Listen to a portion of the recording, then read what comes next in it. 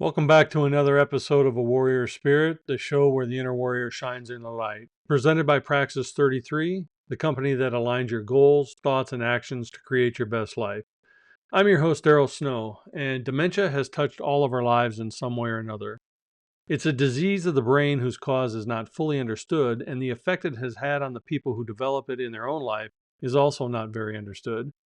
But today we're going to be talking with Walter Buddy Pierce. Walter is a psychologist, a motivational speaker, a clinical hypnotherapist, a Methodist pastor, and a now retired Anglican priest. But Buddy also lives with Lewy Body Dementia. And Walter, thank you for joining us. You're welcome. Thank you. Sorry for the jumbled up intro. Walter, you have an extensive background: priest, psychologist, motivational speaker. Where did you get your start? Where did you grow up? I grew up in a small town in Virginia on the West Virginia border called Bluefield. Small town, USA. What was your childhood like? Did you have a pretty nice family dynamic, or was it a little tumultuous? It was beautiful. My dad was a dentist, my mother an artist. They were both great Christians. Uh, Grandson of a Methodist circuit rider. And we were active in church. And we had a really loving family. So you kind of the epitome of the American dream, small town USA, growing up in a beautiful family. Was now sometimes when people grow up in a spiritual or religious household, sometimes it can be a something that they're rebellious against, or sometimes it's something that they fully embraced all the way. Did you embrace it your entire life, or was there periods where you kind of were challenging your own thoughts on it? No, I always loved being home. It was always full of love and it was fun. We just had a great family. So when did you start your own pastoral journey? I was always curious about my grandfather's ministry. He preached 65 years without stop and started as a horseback circuit rider. He, he, I was always curious about what his life was like. He died when I was like 7 years old and wondered how it would be to follow in his footsteps. But I had a really weird calling to the ministry. It started after uh, I had moved from Dallas, Texas to Salem, Virginia to care for my mother. I had come home a couple months earlier and walked in the door, and she said, "Son, where have you been? I haven't seen you in 20 years." And I thought she was kidding me, but she was serious. And I discovered she had dementia. So I went back to Texas and told my wife that since I had already retired, that I wanted to go home and take care of my mom. And why don't we both move? Well, she didn't want to, and she didn't have a good relationship with my mother for some reason. And she said, "You go ahead and join me, when she dies." Well, she did die, and ended up in a divorce. And I found myself, she died in December 4th, 2011. And on January 2nd, I found myself, Daryl, sitting alone in my house, my mother's house, and had lost my marriage, I'd lost my mom, had lost my retirement, and I didn't see any purpose of going on. So I started talking to God out loud and saying, "I'm sorry, I can't go on like this." And I planned to kill myself that day. I was going to drive my car under a highway bridge, make it look like an accident. And as I'm sitting in my front room of the house, looking out the window crying, I look across the street and I see my neighbor's door fly open. And my 80-year-old neighbor runs practically across the street and starts banging on my front door, shouting, "Buddy, I know you're in there. Open the door now." And I didn't want to because I was crying and I didn't want to see anybody. Kept beating until I opened the door. And the first thing he said was, "God sent me over here to save you."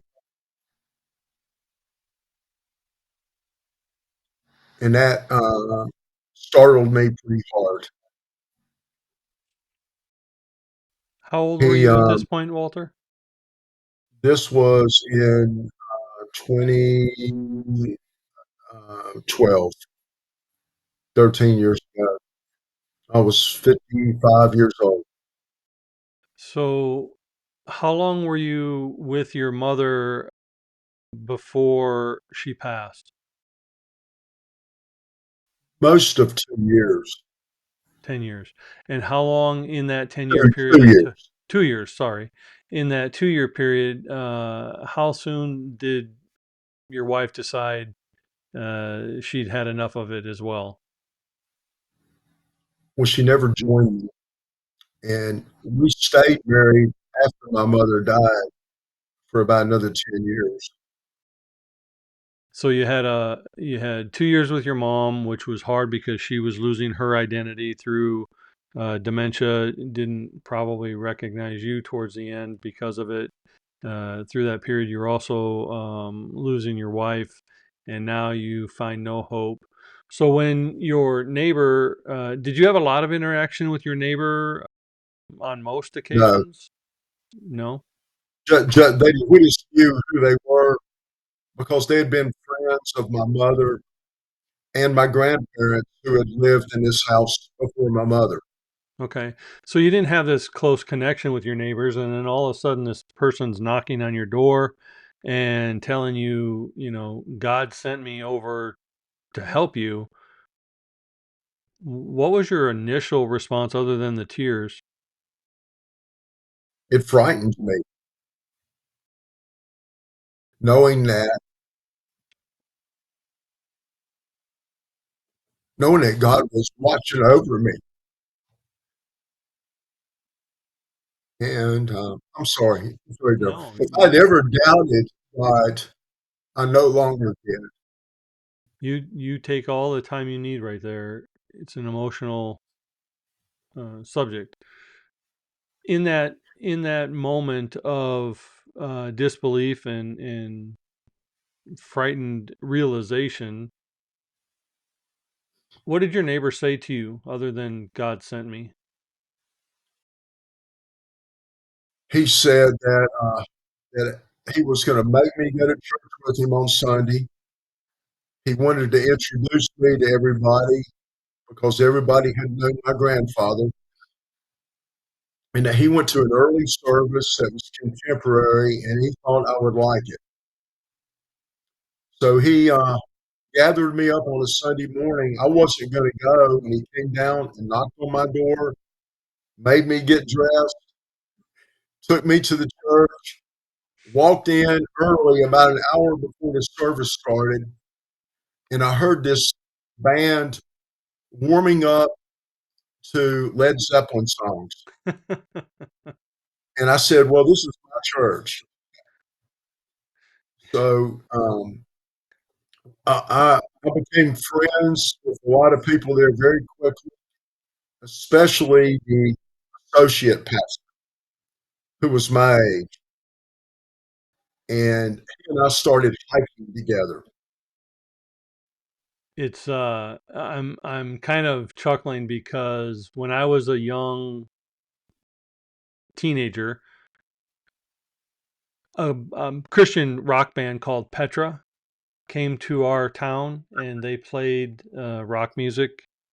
They're a wonderful Christian band, but the lead singer came out and he said the devil never made anything, and we're not giving him rock and roll either.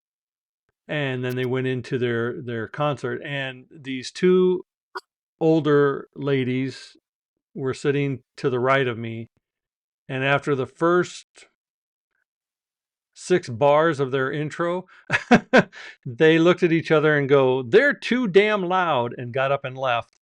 And I've followed Petra ever since I was a young boy, but I've also followed, the major rock musicians as well, AC/DC, Led Zeppelin, name all the big ones. But it was my amusement that, God never, the devil never made anything, so we're not giving him rock and roll either. And when you're talking about a church warming up to some Led Zeppelin, I I chuckle inside and remember back that fondly.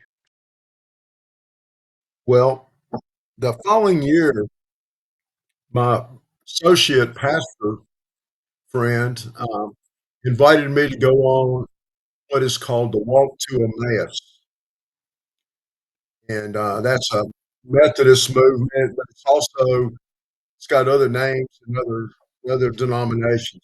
I think it started in the Catholic Church, and that touched me pretty deeply that weekend. And after that, my friend, his name's Bobby Pickle.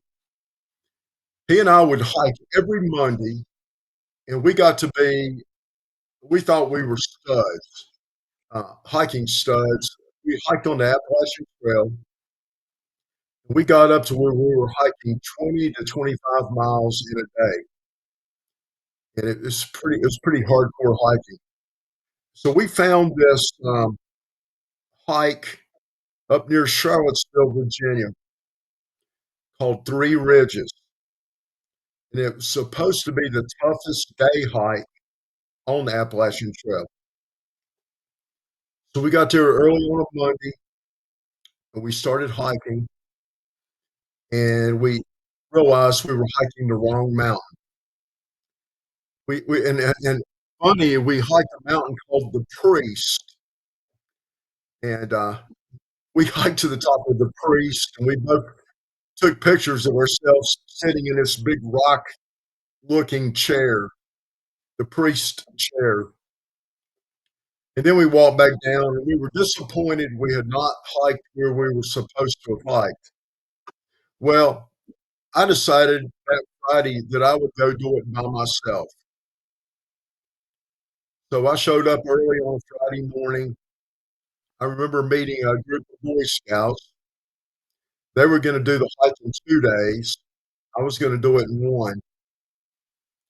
And I took off at about 7 a.m. by myself.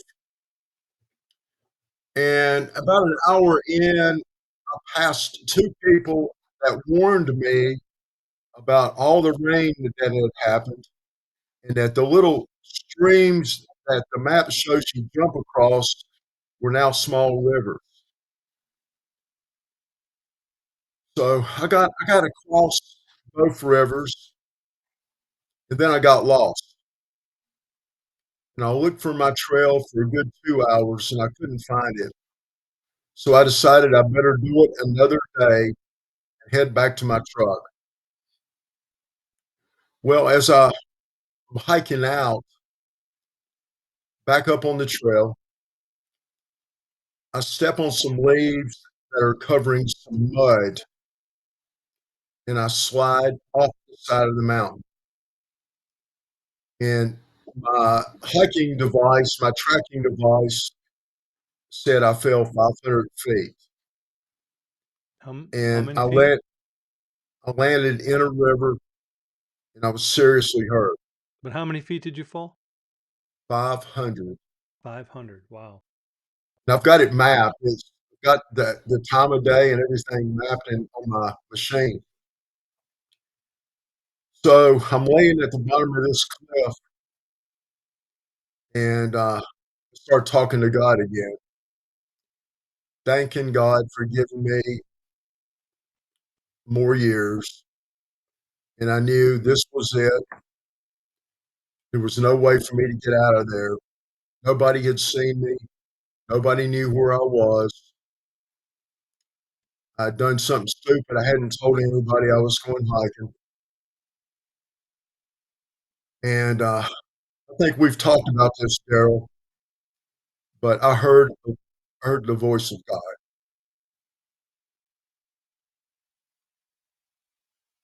And he told me that he was going to use my speaking skills for his kingdom. And then I don't really remember much, except that I found myself back up on the trail, staggering out, and a couple from Great Britain are walking in and they stopped me and they said, "Are you okay?" And I didn't respond. They told me to sit down. The female started bandaging me. I was cut all over from tumbling down these rocks. And the man, he pulled out a bottle of um, Percodan and a bottle of Jack Daniels. And he had me take Percodan and Jack Daniels because I was in such pain. Then they left, and I walked 7 miles back to my truck and then drove an hour and a half to the hospital in Roanoke where I checked myself in. I had a dislocated shoulder and cuts and contusions all over my body and a concussion. And that was, I've hiked back there with my friend Bobby, and he and I both conclude that it was impossible for me to hike out of that situation, in that something happened that's unexplainable. And, he thinks maybe angels picked me up. Something got you back on that trail, and at a time when two hikers were coming by this desolate hike to provide you with care. It shocks me that they left you to hike the remaining 7 miles out in the I conditions you know, were I know. in. I mean, the Jack Daniels and the Percodan is great, but getting you to some help would have been helpful as well.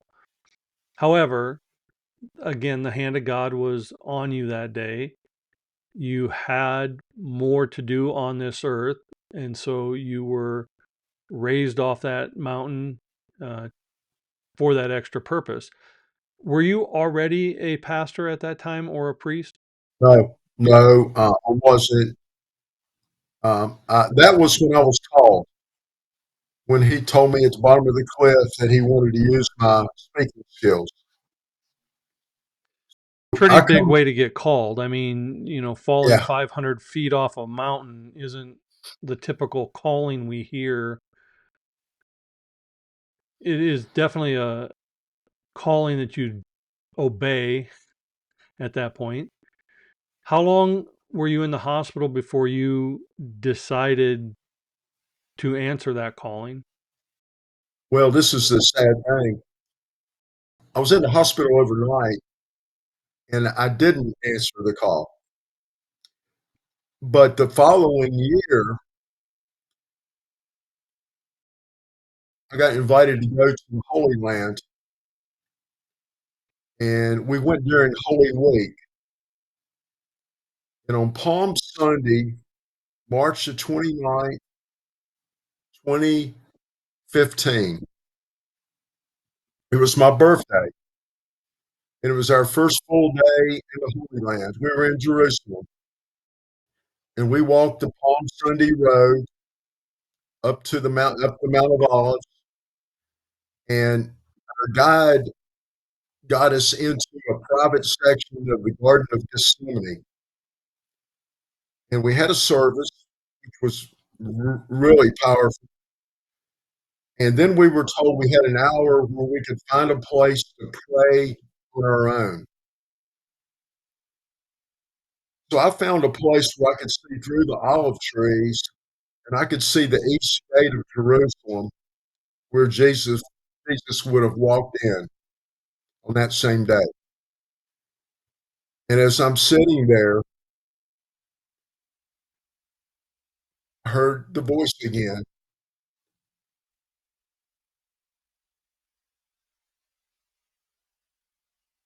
asking me why I was waiting and did I love him.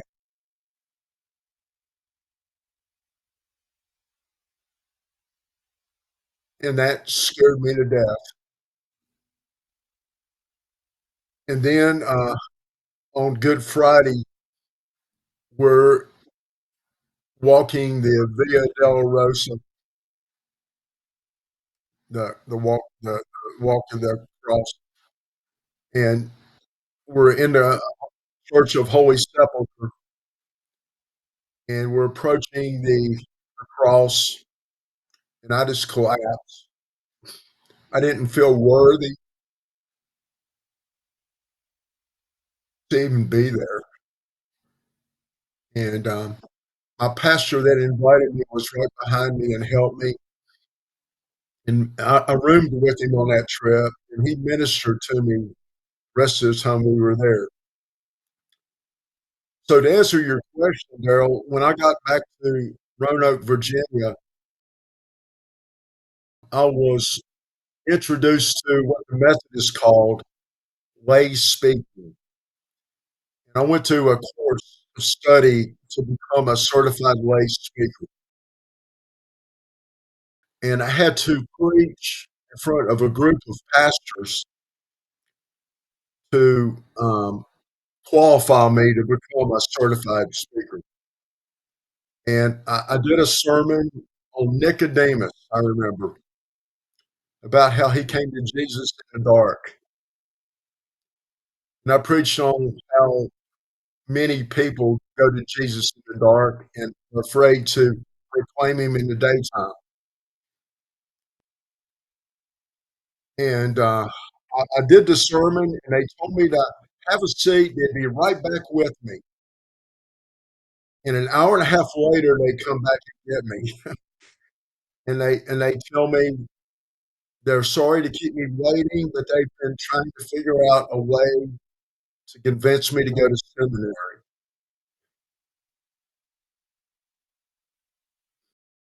So right after that, I got a phone call from the district superintendent offering me a lay lay supply position, low paid, pastor of a church that needs one. So I accepted it, and a year later, I entered seminary so I could become an elder in the Methodist Church. Well, I went to Asbury Theological Seminary in Wilmore, Kentucky, and while I was there, one of my professors told me, he said, "You're really not a Methodist. You're really an Anglican." And I got married during that time, remarried to a woman that I believe was the love of my life, and we both prayed. Neither one of us thought we'd ever get remarried. We'd both been, I've been married, she'd been married, but we got married and immediately got transferred to a small town in Southwest Virginia where we had two small churches. During that time, COVID hit. I missed a year, had virtual service for the first year I was there, and then in person the second year.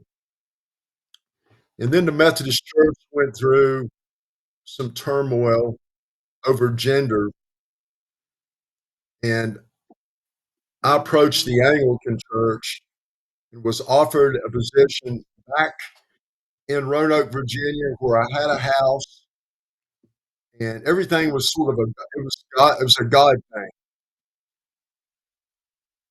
And shortly after I got married,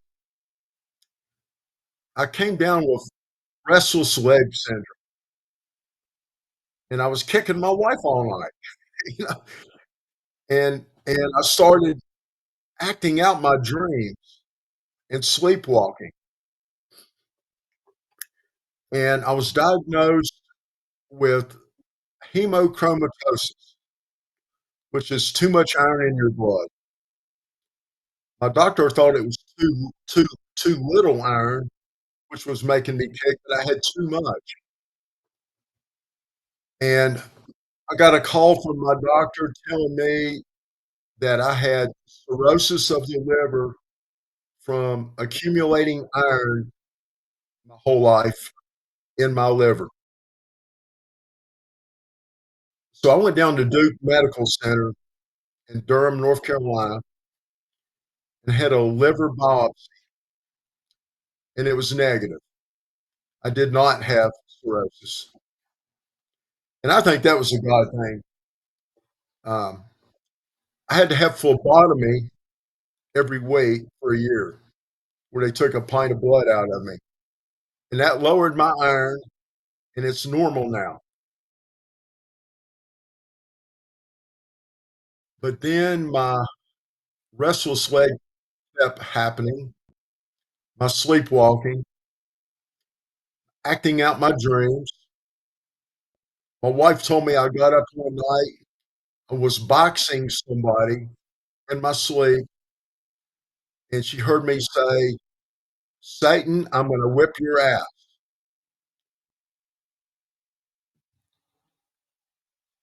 So I had a sleep study done.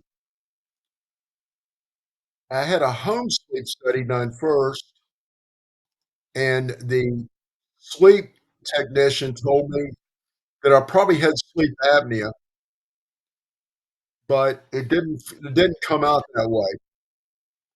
It came out to where they diagnosed me as having REM behavioral sleep disorder, which basically means that I can sleep all night and not get restorative sleep. As an example, Daryl, last night I slept 9.5 hours and I only had 19 minutes of REM. So what that does, that puts plaque or protein on my cortex, which turns into either Parkinson's or Lewy Body Dementia. So my wife and I decided last January that we would go to the Mayo Clinic in Rochester, Minnesota, coldest place on earth. And I went through another sleep study, and I ended up with the top sleep neurologist in the world. And he told me I had mild cognitive impairment, which could turn into Lewy bodies. Also had, he called it a periodic leg movement disorder, and two other leg disorders, which put me in the one percentile. And he told me to go back to Roanoke and have a neuropsychological test and brain scans. And I did all of that, and they all showed that I had Lewy Body Dementia. Well, I had a follow-up exam with the doctor from the Mayo, and he confirmed it 7, 8 months. I think it was in December of last year. No, it was in the end of the summer last year. He told me that one day I would wake up and not be able to walk and talk. And I said, "Well, when?" And he said it could be a day, a week, a month, or a year. He said, "We know so little about Lewy body dementia." And he said, "In the meantime, it's going to be a roller coaster. One day you may feel normal, and the next day you may be just not feel like you can do anything." And that's the way it's been. Let me ask you a So couple questions. go ahead. The dementia is something that hits a lot of families. We've seen it uh, in people we love, in people we care for. We understand what it looks like from the outside in that capacity when they stop recognizing who we are, they stop remembering the little things. In your case, living with it, waiting for this final prognosis to evolve that the doctors have given you. And I know it has cost you your marriage because your wife didn't want to be a caregiver, in her words. So that cost you your relationship with your wife. It's also made it so that you've had to stop doing certain things that you used to do. On a day-to-day basis, how is this playing out and how is it affecting you on a day-to-day basis? Have you experienced the momentary lapses in time and memory? And what's it like when you come back into your full body in consciousness? Yeah. So I have, from time to time, I have mild hallucinations. Because of that, I voluntarily gave up driving, which is the hardest thing I've ever done. And just telling people I was going to give it up wasn't enough. I actually just sold my car so I couldn't drive. I didn't want to have an accident because I was doing fine one minute, out of touch the next. And my doctor told me I'm going to end up in a memory care unit, and I can't hardly stand the thought of that. My biggest day to day thing, Daryl, is I'm exhausted 24 hours a day, and I've learned to live with that. I just walk around exhausted, and naps don't do me any good. Nothing really helps. I sleep great, but I don't get restorative sleep. And you're right. My wife on September 29th, just a few months ago, just out of the blue, told me she was leaving. And that really was a setback for me. She was keeping up with all my health records and helping me, feeding me nourishing food. And I thought we had a great, loving life together. But it wasn't to be. And I'm going to this right now with her ending our marriage, and which I don't want to do. But that's out of my control, it looks like. So my church, when they found out that she was leaving me and I was grieving, they told me I had 6 months period of time where I wasn't going to be able to preach. And in the meantime, the shock of her leaving has made my dementia worse. So now I have a live in caregiver who was a member of my church and was a friend. And it's a great situation. I can still drive. I'm going on trips. Um, but any day now, I could be, I could be full blown dementia. I've had two episodes, Daryl.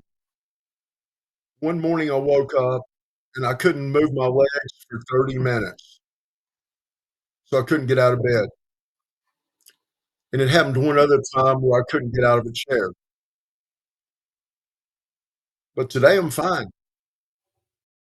And people don't understand that sleep is not the issue. It's that REM sleep where the restorative part takes place. You can sleep 20 hours and still be tired because you didn't go into the REM phase of the restorative sleep where your body heals and repairs itself. During the course of this ordeal,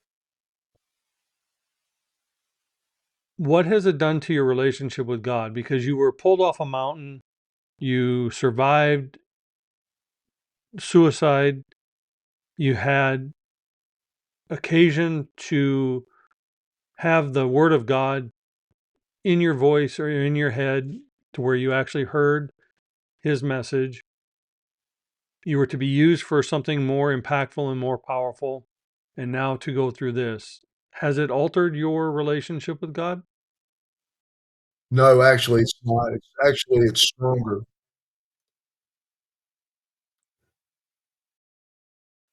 People, In the book of James, James, the brother of Jesus, talks about pain and suffering, and reminds us that it all leads to joy, which is hard. It's hard to think that I've got to go through that first. And my bishop reminded me early on that I just need to focus on being in God's arms. I've even set the ringtone on my phone to a Casting Clown song called "Praise Him in the Storm," and I just I want this. I want to live for years, but science is against me. But only God knows. I'm actually planned a trip to go to Ireland in May with one of my friends. if God can pull you off of a cliff with a 500-foot fall, he can repair your brain if that's the will that he wants for you. Well, it's funny that a lot of my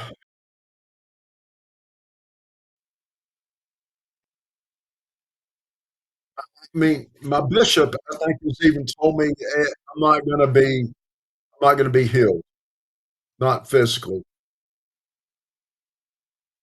It's my cortex is being eaten by this protein, this Lewy body protein, and I can sense myself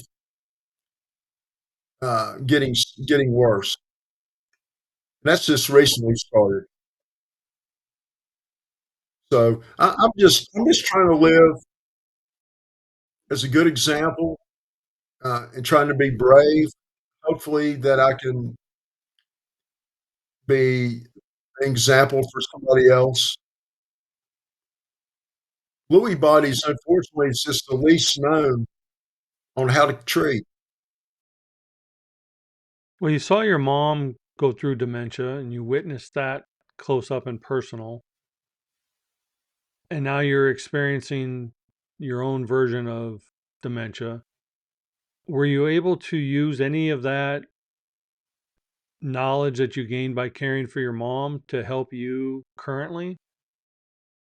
Well, she had frontal temporal dementia, so she lost her executive functioning. The strange thing about Lewy bodies is that he's telling me I'm not going to forget anybody. My memory's not going to be affected that much. It's just my brain's going to quit communicating. And That I sounds mean, similar to what a stroke victim goes through, where the synapses and the neurons quit firing in the proper fashion. hardest thing for me is I've visited so many people as a pastor in memory care units, knowing that I'm going to end up there if I live long enough. It's just hard. So, what are you doing to take steps to not A, end up there, and B, not take yourself out like you tried before? I've got what Bobby Pickle, my hiking friend, called pallet friends. And you know what a pallet is?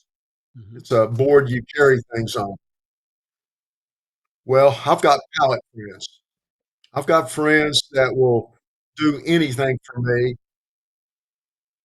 no matter what I need. And I've had people tell me that I've got more friends than anybody they know. And I am blessed. I have people stop by almost every day to see me or to take me to lunch or just to bring me dinner or to go for a walk or smoke a cigar or just anything. I'm surrounded. I'm not alone. I know God's with me.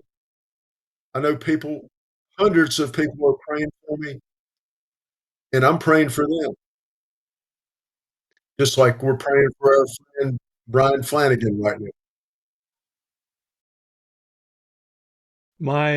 I told you off camera, my wife has been ill for 10 years now, and she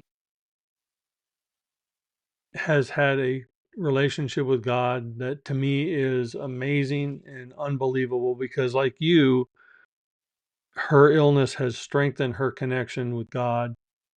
Her love for service of God has grown exponentially. And she says, just like you do, if this is what God's will is for me, I'm going to use it in the best I can to serve Him the best way I can. And finding people like you and my wife who, in spite of the trials and tribulations, grow closer instead of further from God is truly a blessing and an amazing journey. As a caregiver for my wife at times and someone who has watched, and with my own close relationship with God, I know that people can be healed in an instant, just like you were carried off that mountain in an instant. So from the outside, it's very difficult because we pray, we service, we do the things that God are asking, and yet the suffering continues. So from a loved one watching this, I rail at God more than she does. I try to find the justice in the unjust situation. And every time I do that, she tells me to stop and she tells me to take it back and she tells me to apologize. And I know God knows that we're human, so we have that human emotion, and that is a reaction that is understandable. But to then see her to still tell me you can't do that. We are so blessed. We have so many beautiful things that God has done for us. You can't be angry at him because I'm not healthy. And I see that same love and devotion in what you're saying here today. It's truly inspiring and truly amazing. So thank you for honoring God in the way you do, in spite of what you're going through and the hardships you're dealing with. If you were to talk with someone right now who is also facing dementia or going through their own process with it, either externally or personally, what would be your message to them? What would you say to them? Boy, I don't know. It it it hit me out of the blue. Out of the blue. I never dreamed that I would have something like this. I saw my mother go through a horrible experience.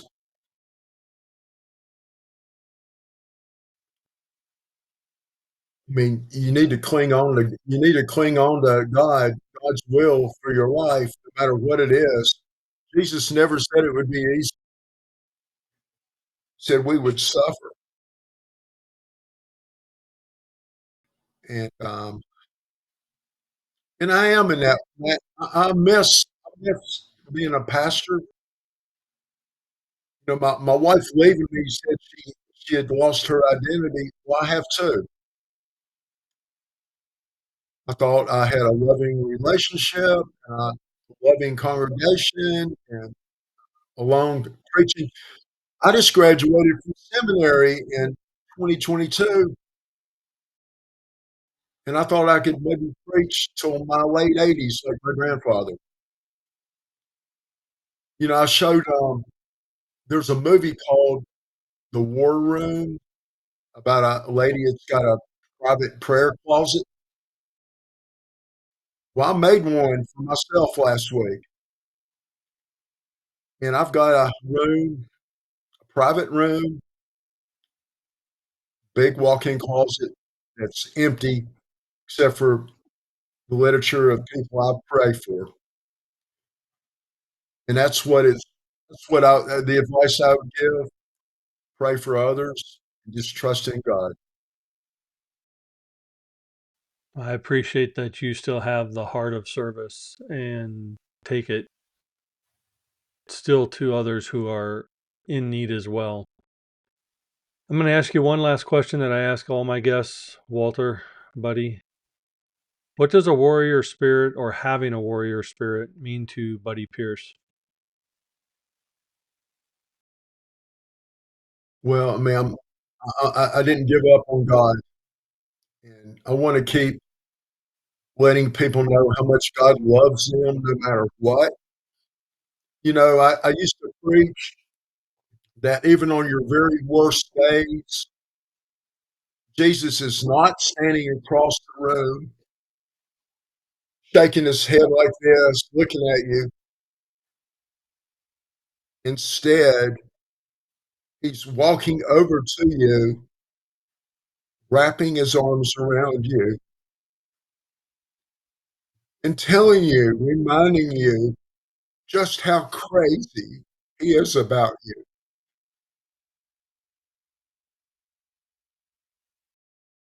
He took the nails for us. How can we, turn our back? How can we be mad?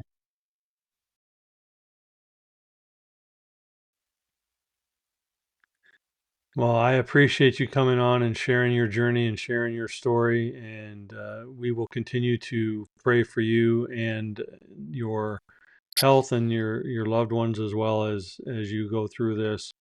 And consider my wife and I someone who will join your palette. Thank you. And if you'd like to connect with Walter, you can do so at his Facebook page. Also, he shares what it means to follow Matthew 16:21 through 27.